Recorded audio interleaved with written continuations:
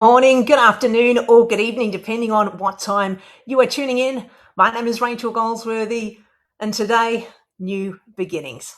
And my very first episode of Get Strata'd, the podcast designed to feature interviews with industry leaders, strata managers, and strata communities, sharing thoughtful discussions, spirited conversations, and all in the hope to bridge the gap between people, processes, and the best outcomes for everybody, offering real solutions for those within the strata space. And today's episode of Get Strata'd, I'm very excited, is being graced by the presence and offered wise counsel from the Industry Powerhouse, Amanda Farmer. Today, Amanda will be speaking on the good, the bad, and what you need to know. 3 reasons why buying into strata is great, and also why you want to go in with your eyes wide open. Amanda Farmer is a leading Australian strata lawyer, educator, and advocate for apartment living.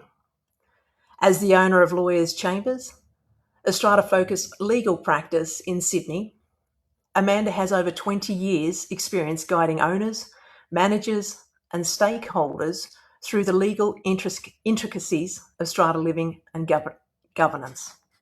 Amanda is the host of Your Strata Property podcast, the longest running and most respected dedicated podcast to helping strata managers and owners, professionals navigate the complexities of strata property. I remember watching a podcast way back in 2016, may have been one of the first ones.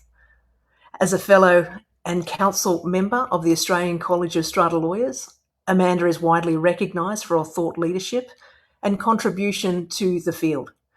She's also a founder of Women in Strata, a dynamic network of group empowering women working in the strata management across Australia. An increasingly sought after speaker and educator, Amanda shares her expertise through workshops, which I've attended, webinars and keynote presentations, which I have seen. They're exceptional. And she builds supporting strata managers and property managers, agents, owners, and residents to build a stronger and more informed community. So, without further ado, it's my great pleasure to introduce to you one of the industry's finest, Amanda Farmer, strata lawyer. Let me have her join us now. Oh, hi, Amanda. Rachel. How are you?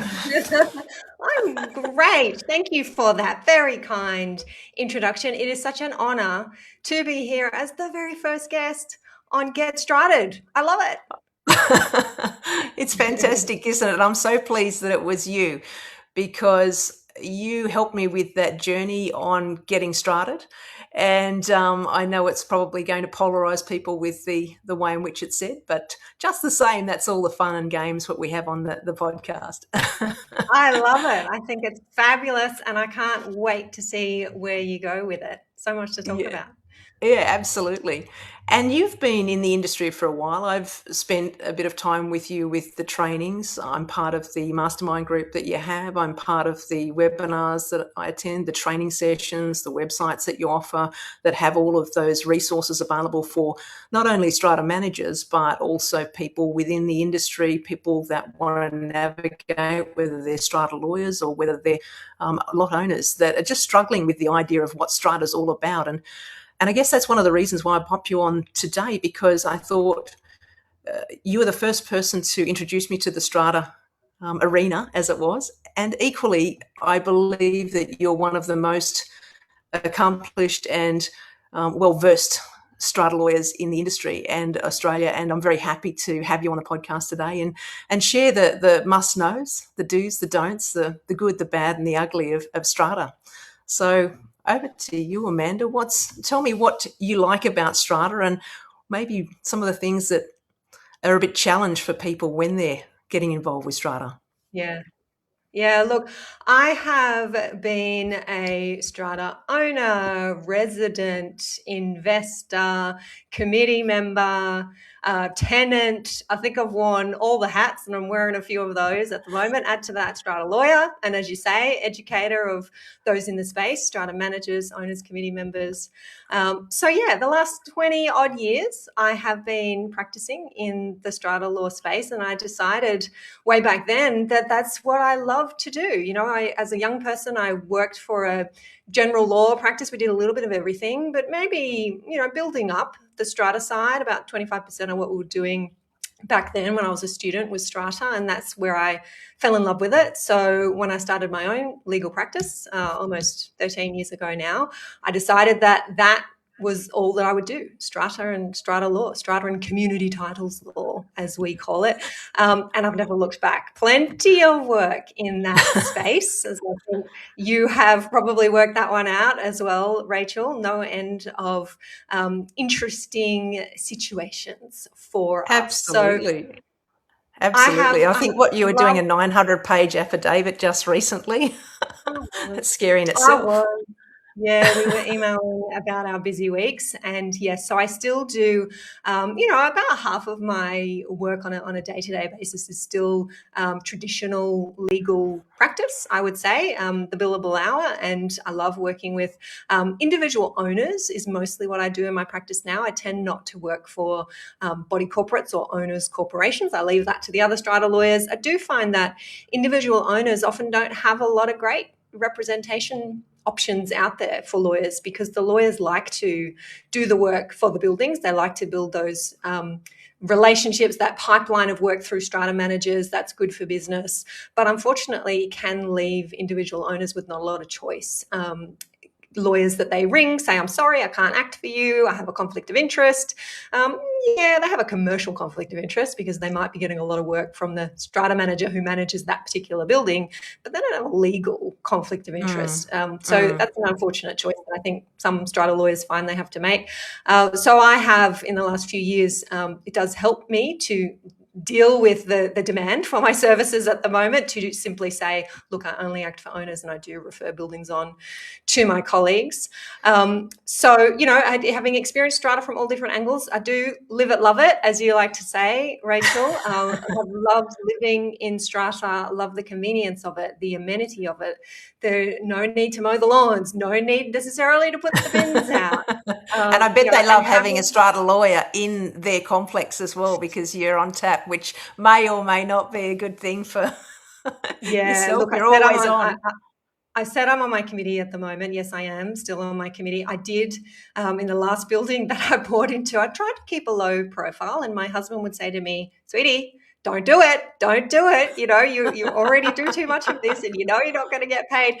But I can't help it. You know, if anybody's tuning in who's invested in strata and you know, looks in from the outside at what the committee may or may not be doing and just thinks, oh, I've got to be there so that I can save them from themselves. Yeah, I have regretted it in the past, but I've also been very grateful that certainly the committee I'm on at the moment and the community I'm involved in, they're a really great bunch of people, and Yeah. you know, it helps when they agree with me and do what I suggest. Well, it's a good advice that they would take, so I'm sure that that's probably the best course of action for them. But I guess in relation to that, like, sometimes there are spirited conversations that people don't want to have in communities, whether it's your family, or whether it's with strata, or whether it's with your apartment block that you're living in. And sometimes they're conversations that need to be had, because what I've found over the years is what you don't complete has continuation. And if you don't have those conversations, if you don't have the right people like yourself as a strata lawyer, or, you know, the right strata manager in place, you don't know where to turn. You don't know, you know, you get the hand saying, no, I'm sorry, we can't help you. It's conflict of interest, probably because they can't be understanding what's going on, or it's too complex for them to get their head around what's actually going on. And it takes a lot of time, I would imagine. Like, as I said before, 900-page affidavit. That's one affidavit in that one case. Now, can you imagine what else? I'm not too sure what else is attached to that for that particular case, but to be able to win at NCAT, to be able to win within these circles, you need to have the right information and be charged with the detail and the legal nous behind you, as you do. Mm, mm. And it's only becoming more complicated unfortunately, Mm. Rachel. You would have seen this in the last 12 months, especially in New South Wales. We've Mm. had a lot of law reform, a lot of new pieces of legislation for Absolutely. our strata managers and professionals to get across, let alone our owners. New South Wales government is introducing mandatory training for our strata committee members. We're waiting to see when exactly that's going to start, but that means that every volunteer strata committee member is going to have to undergo some form of training, whatever it is that might look like, Mm. and that's because of these complexities. Mm. And you really shouldn't have to pay hundreds and hundreds of dollars an hour to a strata law specialist like me just to be able to get your community functioning in the way that Mm. it should, properly functioning. But many Mm. owners do end up having to Mm. fork out that money. I mean, that's part of the reason why I started my podcast nearly 10 years ago now. You're right. I heard you say earlier, I remember listening to a podcast in 2016. Yes, I started in March 2016. We're up 14th, to was it? Is episode. it? Yeah.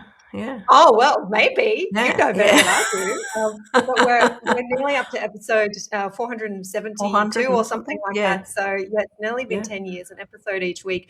That's why I started the podcast, because I recognized there was a lot of information that I had in my head that I had through my experience as a lawyer that was incredibly valuable to owners Mm. in their lives every day in the place that matters to them most, in their home.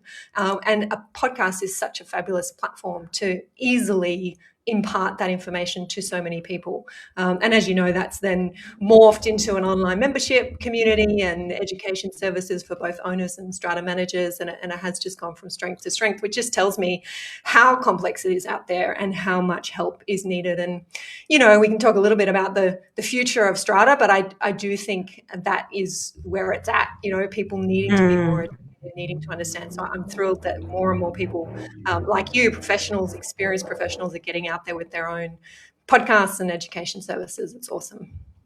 Yeah, well, I think, as you say, there should be more of it. But I remember when I first started, you had to be, approved to be involved with the industry and to find people to sponsor you. If you didn't know a strata manager or if you didn't know somebody, I was saying on one of my lives last week that when I went to get my first home loan, I went for the home loan, but I had to have somebody else sign off on it. It had to be a male at the time. It was in the 90s, and it was the time when women weren't, able to get a loan by themselves as it Doesn't was. sound that And I think long it was, ago. Had to be I male in know, the 90s.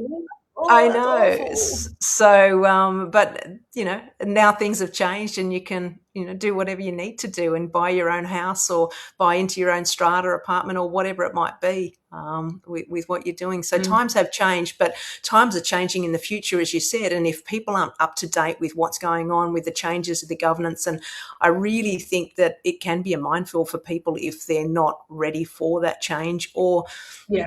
even simple things like the Strata Hub reporting that was introduced earlier.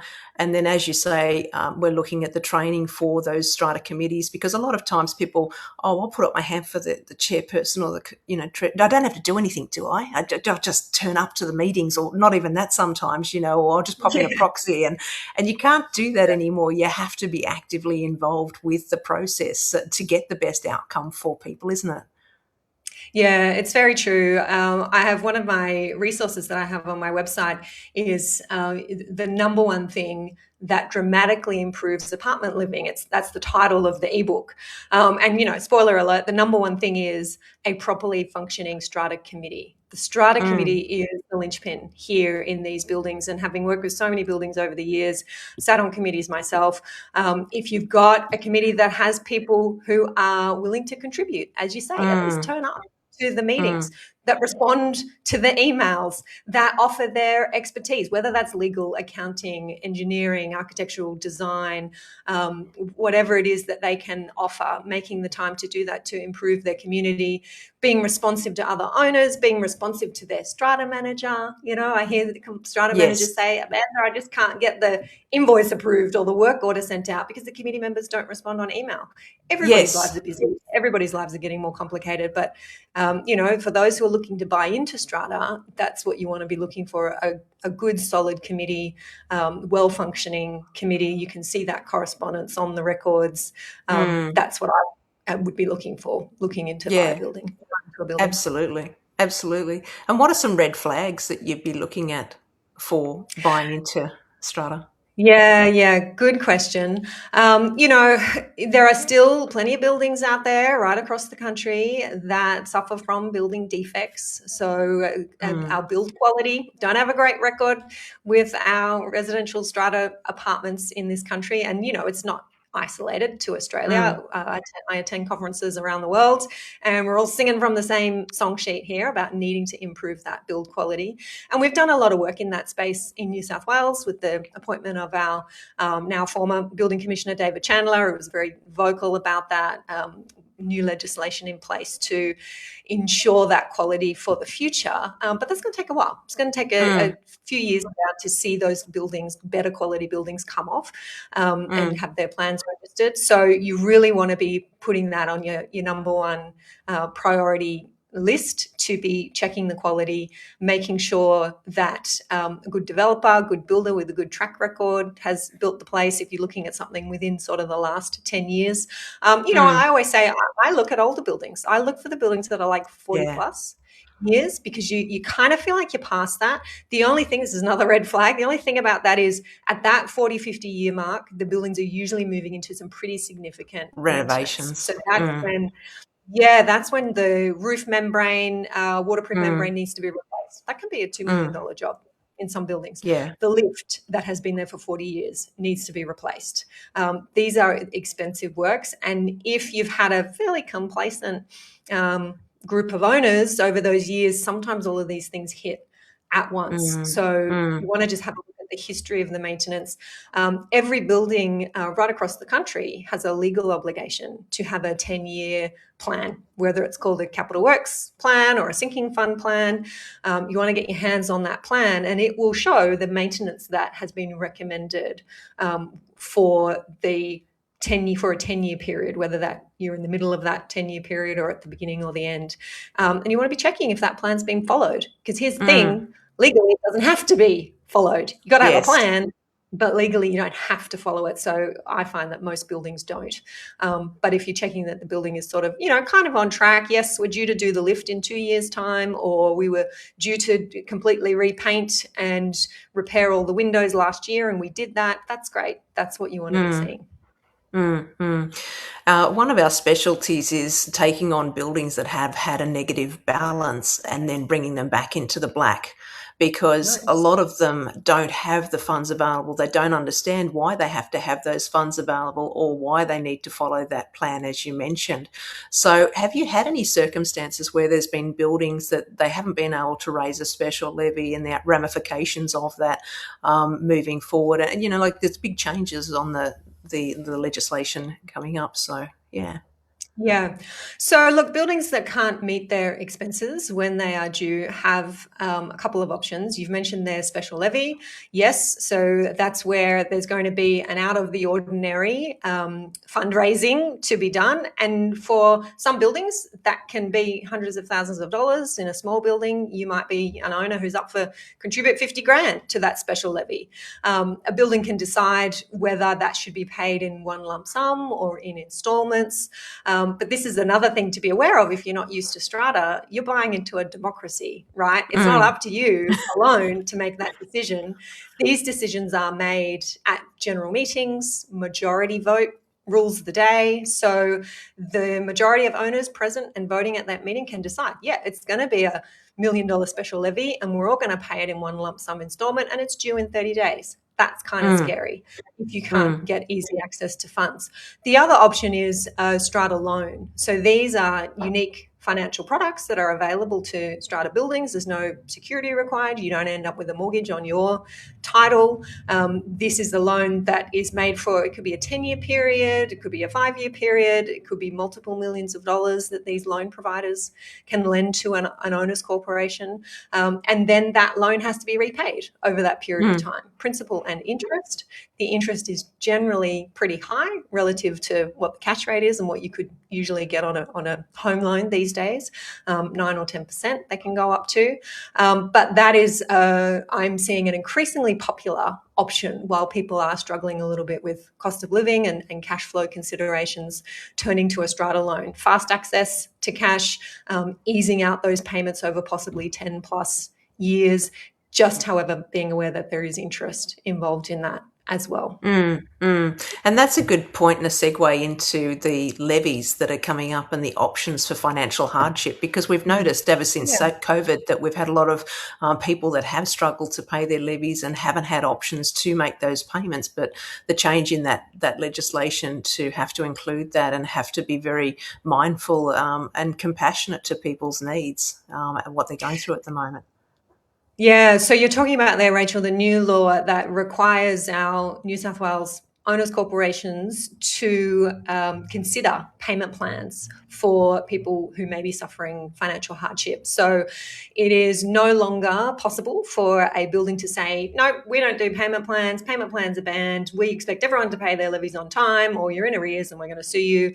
Can't do that. If an owner requests a payment plan, it must be considered by the committee. The committee can consider it and can only refuse it if they can explain, they can show that they will have insufficient funds if the payment plan is entered into. So that means the owners corporation won't be able to pay its debts as they fall due, won't be able to meet its legal obligations to repair and maintain the common property, won't be able to comply with a tribunal order, for example. So it's up to the owners corporation to go back to the owner and say, no, we reject your proposed plan because of these reasons. You've got to give those reasons. But otherwise, owners are entitled to that payment plan. And, you know, you tell me if you've seen many of these since the legislation started. It was the end of October that it came in, but I've certainly heard from a few strata managers who said, Amanda, as soon as that legislation started on Friday, on Monday, I had 20 payment plan requests in my inbox. This is interesting. Yeah, I think that sometimes people use the legislation to their favour, and I don't question that, because obviously that's within their right to be able to do that. But equally, sometimes it's not a necessary thing, and they are just using the law in their favour. And yeah. Yeah, look, I think the intent, the good intent in the law is there. There was a lot of media last year and earlier this year about, you know, strata levies sending people bankrupt. It is a significant financial commitment that I think is often overlooked by people buying into strata for the first time. You know, I've heard very surprising but sad stories about purchasers who buy into strata and then ring up their conveyancer and say, oh, I got a levy notice. I thought I paid the levies on settlement. How come I've got a levy notice and I have to pay more levies? Clearly having no concept that levies are usually a quarterly obligation and they're going to keep on keeping on. I've lost you there, Rachel. I think Rachel's ducked out of the podcast here and has just said Amanda can host. Amanda hosts the Get Strata'd podcast. I'm happy to do it. You're welcome to I still see you. join I'm me not back too at any sure. time. There you are. Now I've got you.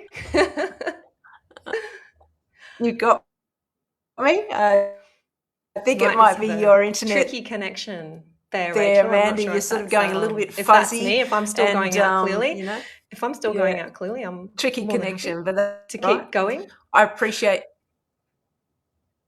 So I'm happy to talk about payment plans. Let's do it. I appreciate you taking over the podcast and the interest. So yeah, absolutely. One thing that you might notice hear? if you are an owner in Strata and you're getting your levy notices is that they're now going to be accompanied.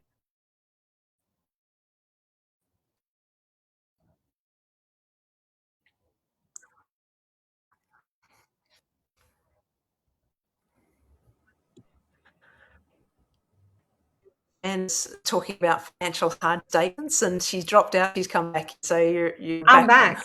It was just all good. I think I'm good here at my end, and I'm happy to keep talking about financial hardship if you're happy to hear it. I was just saying that if you've got owners tuning in who are getting levy notices, they might have noticed now that there's a new statement that's coming through with the levy notice, which we call a financial hardship statement, which lets them know their options if they are suffering financial hardship in their scheme, and the opportunity to request a payment plan. So that's now a legal obligation. Strata managers, if you're tuning in and you're not yet sending financial hardship statements, make sure you get on top of that.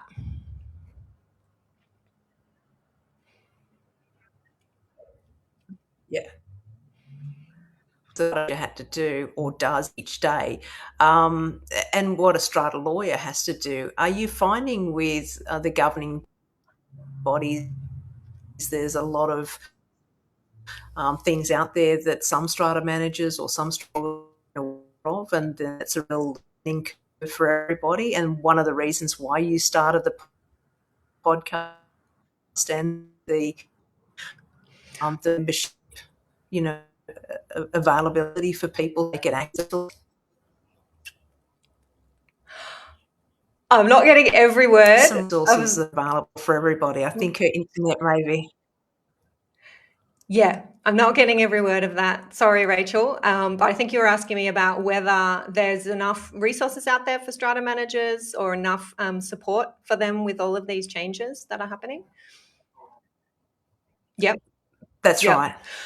That's right. Look, Yeah. I think the fact that my business exists and my business is doing well, and I have plenty of customers and members and those who are attending my events and paying for my education, which I can tell you is not the cheapest out there, tells me that, there's not enough. And our strata managers want more and deserve more and need more guidance.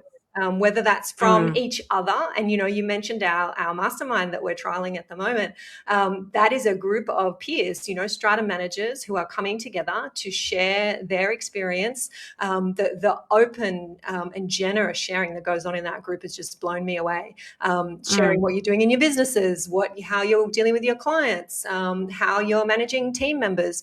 That is such a valuable place to be playing and really, really needed, and not a place that I think strata managers have found anywhere else, notwithstanding there are other industry associations. There's a real lack of trust out there. I think we could talk about trust generally in strata managers with the media that has happened within the last couple of years. But trust among strata managers for their representatives, for their industry bodies and industry associations. I think there's a bit of work to be done there, and I see it being done to rebuild that trust and to make clear to strata managers, we're here for you. We're here for your best interests. We're not necessarily here for the sponsorships that we might get and the other benefits that we might get being an industry association. I think there's a bit of work still to be done there for our strata managers right across the country.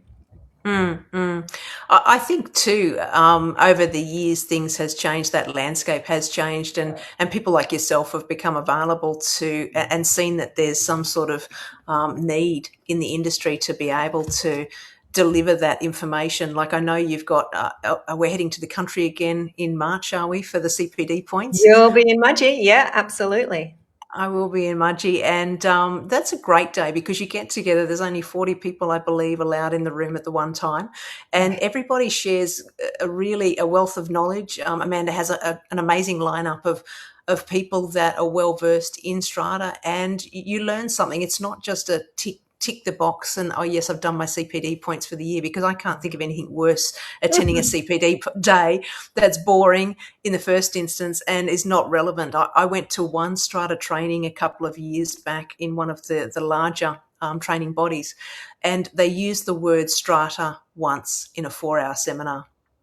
And it was all around rental properties. It was about sale properties. It was nothing to do with strata. So if you're a strata manager wanting to attend something that has got some real meat behind it, and some real meat and potatoes, and get into the information and understand why the legislation's changing, why there's the requirements of the lot owners, why there's requirements of the strata managers, why you need to have an active strata committee.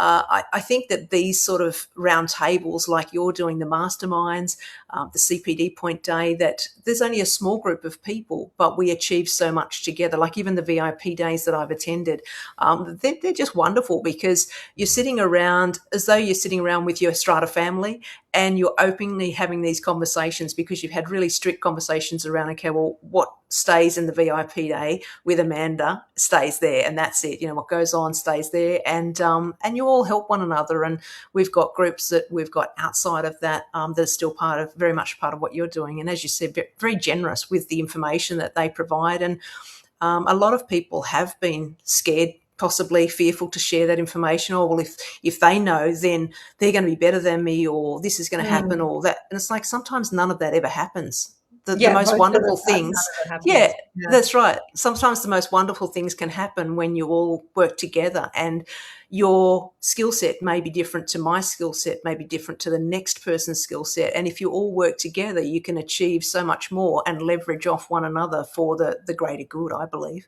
Yeah, especially these days where so much of the work we do is online and so much of the communication we have is online. I mean, it is fantastic to be able to do this. And this is part of, the information sharing that you're talking about, the ability to do this so much more easily than we could have done 10 years ago, and it's not just the That's internet, right. it's the tools that we have and the social media. And now we have the rise of AI, and we see a lot of that happening, being used, absolutely essential to help us provide better, faster, more accurate, cheaper service to our clients and our customers.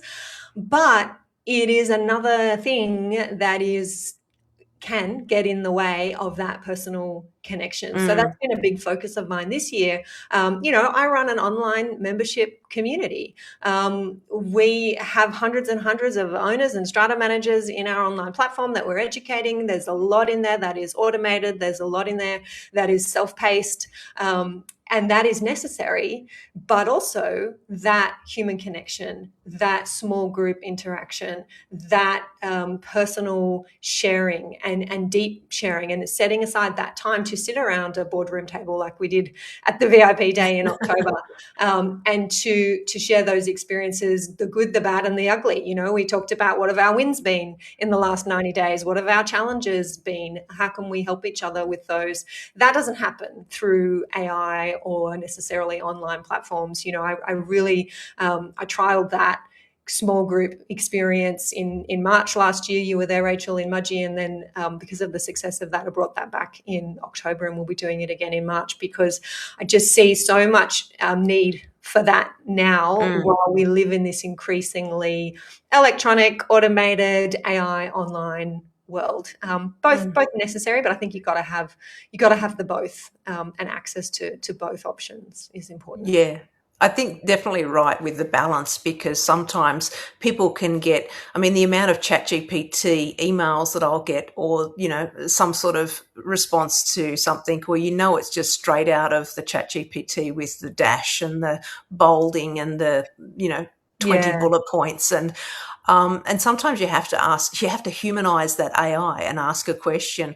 Can we just sit down and have a bit of a chat around this before we go into the email? Because I just want to get a better understanding as to where you're sitting with this. And sometimes that call can just be the difference between that 20 points going into something that is escalated to, doesn't need to be there, to we've just resolved that in 5 seconds on the phone. And And I think what you're going to see happen as managers and, and any professionals working with clients where you're communicating by email, is you're going to end up having the AI talking to the AI, right? Because you might be using an AI agent at your end, and so is your client. They're running everything through ChatGPT. So the AI is having a knockdown, drag out argument over here about a piece of legislation that doesn't exist, by the way. I see a lot of that and cases that don't exist. And that can end up, as you're saying, in a really bad place. So we do want to step outside of that. Pick up the phone. I was taught that as a young lawyer before the days of AI. It's certainly, we were using email a lot, but my mentor would say to me, I'd say, I'm finding it really hard to draft this email and to explain where I'm coming from here. And he would say to me, Amanda, pick up the phone. Why don't you pick up the phone and speak to the other lawyer or speak to your client? It will take you 2 minutes, and they'll, oh, yeah, of course, yeah, no, now I understand. You have the tone, you have, I think we can still forget that sometimes. That option is still there. Absolutely, because the nuances is what's lost in the AI. Because if you put something into a chatbot, I mean, everybody's creating these avatars, as it was, this is what your strata plan looks like. These are all the answers to your strata plan. These are, the bylaws. This is what happens if you want to get a pet. This is what happens if you want to put solar on the roof. This is what happens if you want security cameras and you need to do X, Y, Z. But sometimes that advice is different to the next building, and there might be nuances. There might be 3 buildings clustered together, and it might be something specific that needs to be done versus a single building. And there might be different personalities and dynamics within that strata plan that you have to address versus, as you said, the legislation or the fake legislation that's being fed through the chat GPT. Yeah, and the AI really shows up these nuances, So I have obviously, as everyone is, been trialing some tech and been trialing a chatbot that we may end up using inside our member forum, so that our members, instead of waiting for me to answer their question, which is what happens now, I'm there every day answering questions in the forum. They can go to the chatbot first and see if they can't get a helpful answer from the chatbot. There's a reason that bot has not been released into the membership, right? Because my standard is pretty high, and we've been putting questions in there, real questions that people have been asking, and the answers, sometimes they're okay, sometimes they are dead wrong, and it just shows me, and it's not the tech, there's nothing wrong with the tech. These are complicated questions of strata law. There are different facts will lead to different answers, as they should, and there's so much nuance there, and you do need to take into account personalities and emotions. I was talking about working as a young lawyer in a general legal practice 20 years ago, and we did a lot of family law. And I really did not like family law. And I just thought, these people and these emotions, and everybody would say, Amanda, I bet you've never seen a case like this before. And I think, I'm sorry to tell you, but it's a lot of things. Every day. And I was attracted to strata law, but what I've come to realize as I've become older and wiser and more experienced is it's very similar. It's very same family, same people, same dynamics. Wedded to their cause, very emotional about the issue because this is their home. And it's not like a commercial dispute where, you're having a fight about a contract and you never see that other party. In a strata building, you're crossing paths with them in the garage. You're stuck in the lift with them. You walk out your front door. Oh, there they are. Look, now she's hosing down the fence again when I told her not to. I'll mark that down. I'll put that in the diary, That's the world that we're in. And there are laws about how we navigate all of those things. So I think AI is interesting in the strata space is what I'm going to say. Yeah.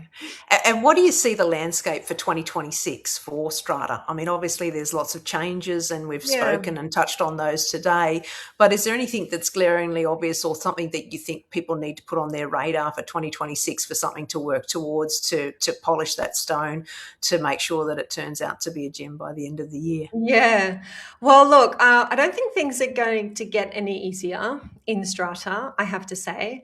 New South Wales government in particular is really cracking down on buildings that are not properly repairing and maintaining. I spoke earlier about these brand new buildings and the work that our building commissioner did and new laws around brand new buildings. What we've done in New South Wales is actually take exactly those laws and now apply them to older buildings. So New South Wales Fair Trading has the same powers to enter, to inspect, to make orders, to seek undertakings, to issue compliance notices where buildings are not meeting their unavoidable, strict legal duty to properly repair and maintain the common property. So there's now a process where owners can lodge complaints with Fair Trading about that instead of having to go to a very expensive strata lawyer and go through the tribunal process. The hope is, and we'll see how this plays out next year, but the hope is that this is a free, effective process that owners can follow to have Fair Trading intervene in their building. So I think we're going to see that playing out a little bit more next year, and I'm interested to see exactly how that lands. We're going to see the Strata Committee training, hopefully. At the moment, we're told maybe second half next year kick off, which will be very exciting for everybody and very interesting to see that roll out. And what I have been noticing the last few years, and I've spoken about this before on the podcast and in our community, is just how educated. You know, I use the word savvy, just how savvy our owners are becoming. And you know, member forum, they're asking me harder and harder questions, some of which I have to go away and research before I give them an answer. They're running their own tribunal cases successfully. You know, they're winning. I do a lot of education around how to run a successful case in NCAT, the New South Wales Civil and Administrative Tribunal, and how to win those cases. And I'm seeing more and more owners decide to take that on because it's expensive to hire lawyers, and they have access to the resources through platforms like mine to be able to do that successfully. So I think we're going to see more of that. I know our tribunal is pretty swamped. You know, the Victorian Tribunal, I was hearing, you know, takes 2 or 3 years to get a hearing date, which just made me feel ill. But we might be heading that way in New South Wales as well, sadly. Yeah, well, there's nearly 85,000 plans, isn't there? So That's it. it's a And you lot know, of... I always say we're in a space where we see the worst of the worst. You know, I in particular as a lawyer see the worst of the worst. So That's when I'm right. having these conversations, I want to be careful to say Strata's still a great idea. You know, I invest in Strata. The right building, right place, right people. It's a great idea, but you just got to go in with your eyes open, you know, and You that's do. what sharing all of this is all about. Yeah, absolutely. So good experienced strata managers and good experienced strata lawyers, I suppose, as well with that process. Yeah. And you've got a special gift for the people that have joined us today. I really appreciate you offering that, Amanda. Did you want to share a little bit about that gift? Yeah, that you were sure. going So to? I have a free ebook for you, which is called The 6 Things That You Absolutely Must Know About Owning in Strata, whether you're a resident owner or whether you're an investor. A number of years ago, I sat down and thought through, okay, what are kind of the top categories of things in strata that are very different from freestanding homes that if I was buying in, I would want to be across those main concepts. So they're all there for you in that free ebook. And hopefully we can share a link to that, and you're welcome to head on over and download a copy for yourself. Wonderful. I'll get the team to put that link in this episode. And also with Mudgee coming up, I mean, if a strata manager's heard today the podcast or they've heard something that you've said and it's resonated with them, how would somebody get in touch with you, Amanda? Yeah, absolutely. So the Mudgee event is our annual CPD event. So strata managers attending can claim CPD hours that they need to renew their license for the year. It's our 3rd year running our Mudgee event.